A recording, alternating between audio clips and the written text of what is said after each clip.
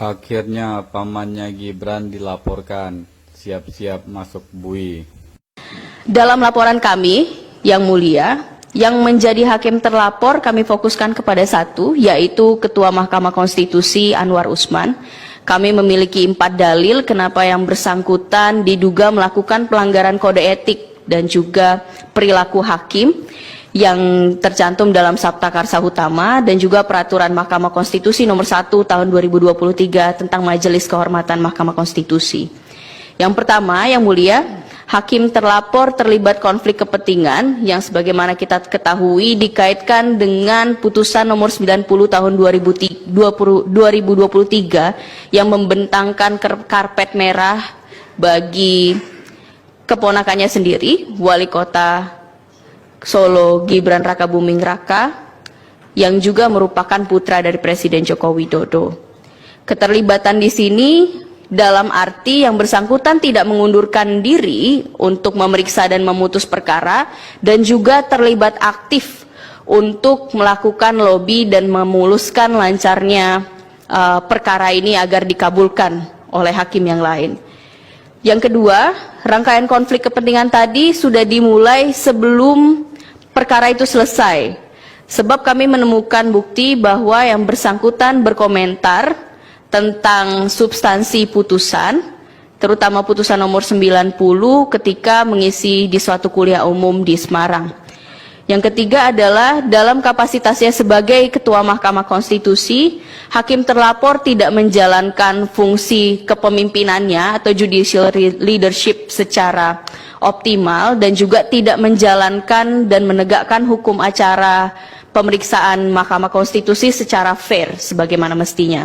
Dan terakhir, hakim terlapor juga tidak tegas untuk merespon kejanggalan ataupun melakukan investigasi terhadap kondisi penarikan kembali satu perkara, terutama nomor 90 dan 91, dan juga tidak menginvestigasi adanya potensi pelanggaran pidana di sana. Untuk poin yang pertama, Yang Mulia, berkenaan dengan konflik kepentingan, di sini kami mendalilkan hakim terlapor melanggar prinsip independensi, prinsip ketidakberpihakan, dan juga prinsip integritas. Ini adalah satu hal yang dalam pandangan kami sangat fatal, apalagi dilakukan oleh seorang negarawan dan pucuk pimpinan dari lembaga Mahkamah Konstitusi.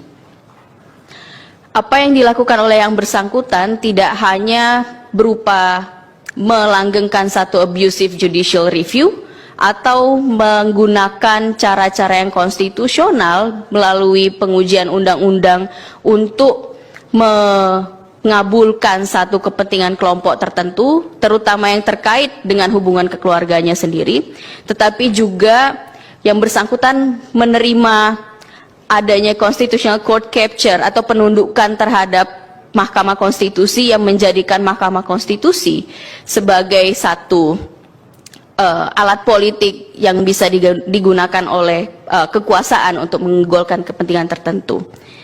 Yang akan kami soroti di dalam bagian ini, Yang Mulia, adalah bagaimana yang pertama, hakim terlapor tidak mengundurkan diri dalam memutus perkara, padahal perkara terutama nomor 90 tahun 2023 itu sangat secara eksplisit menyebutkan bahwa perkara tersebut ditujukan untuk memudahkan jalan Wali Kota Solo Gibran Rakabuming Raka yang merupakan keponakan yang bersangkutan untuk dapat terkualifikasi berkontestasi di pemilu serentak tahun 2024 sebagai wakil presiden, dan hal tersebut terkonfirmasi dengan pengumuman Gibran Rakabuming Raka sebagai calon wakil presiden mendampingi calon presiden Prabowo Subianto.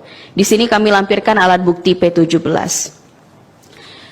Lalu yang kedua, Yang Mulia, berdasarkan investigasi yang dilakukan oleh majalah Tempo pertanggal 22 Oktober 2023, khususnya artikel berjudul Bagaimana Anwar Usman Mengatur Putusan Mahkamah Konstitusi, di sini bisa terlihat peran yang dilakukan secara strategis dan aktif untuk berupaya untuk mengabulkan permohonan pada perkara AKO, bukannya malah melakukan judicial restraint, tetapi yang bersangkutan turut aktif untuk melobi hakim-hakim yang lain agar putusan tersebut dikabulkan.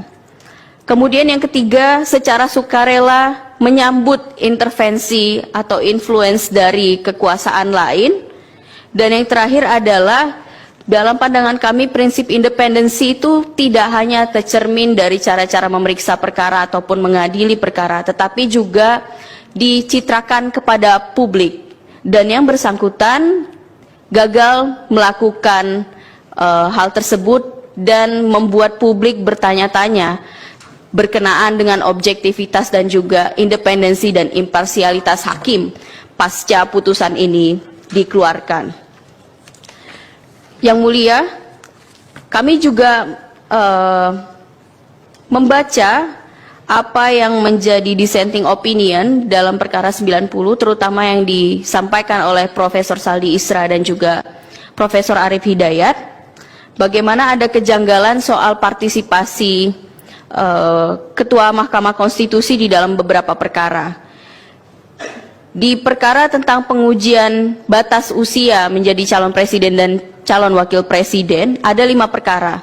3 perkara lain, nomor 29, 51, dan juga 55, yang bersangkutan tidak hadir di dalamnya. Kalau kami merujuk ke dalam investigasi majalah Tempo,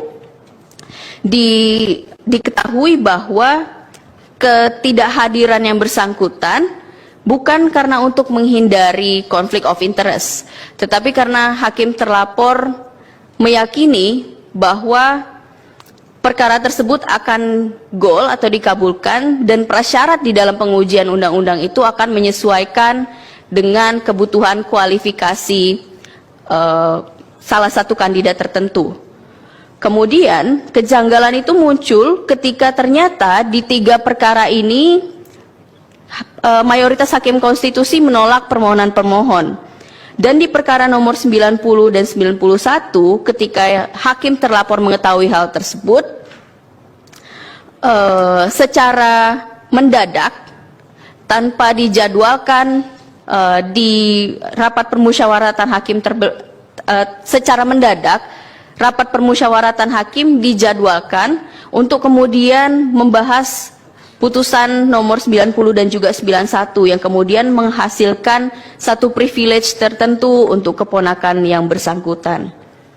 Ini kami sampaikan di dalil di halaman 9 dan juga di halaman 10 yang mulia. Kemudian praktik seperti ini, apalagi yang bersangkutan aktif sekali untuk melakukan lobbying dengan hakim-hakim yang lain, malah menempatkan yang bersangkutan menggelar karpet merah untuk politik dinasti. Berkaitan dengan politik dinasti ini kami mengutip salinan buku yang mulia Profesor Jimli Sidiki tentang oligarki dan totalitarianisme baru, yang mana politik dinasti itu harus ditentang, dan kami mengagumi Profesor Jimli telah menuliskan hal tersebut karena akan menghasilkan atau melahirkan gelombang baru oligarki dan juga totalitarianisme yang tentu mengancam demokrasi dan juga supremasi konstitusi. Dalam hal ini, yang mulia, akibat terlapor sengaja untuk melanggar kode etik dengan aktif turut terlibat dalam pemeriksaan perkara, kemudian tidak mengundurkan diri di dalam perkara, dan juga potensial untuk dipengaruhi cabang kekuasaan lain yang terkait juga kekerabatan dengan yang bersangkutan, maka sekali lagi kami mengargumentasikan secara terang hakim terlapor melanggar prinsip independensi, prinsip ketidakberpihakan, dan juga prinsip-prinsip integritas. Makanya lu jangan curang, kena batunya kan.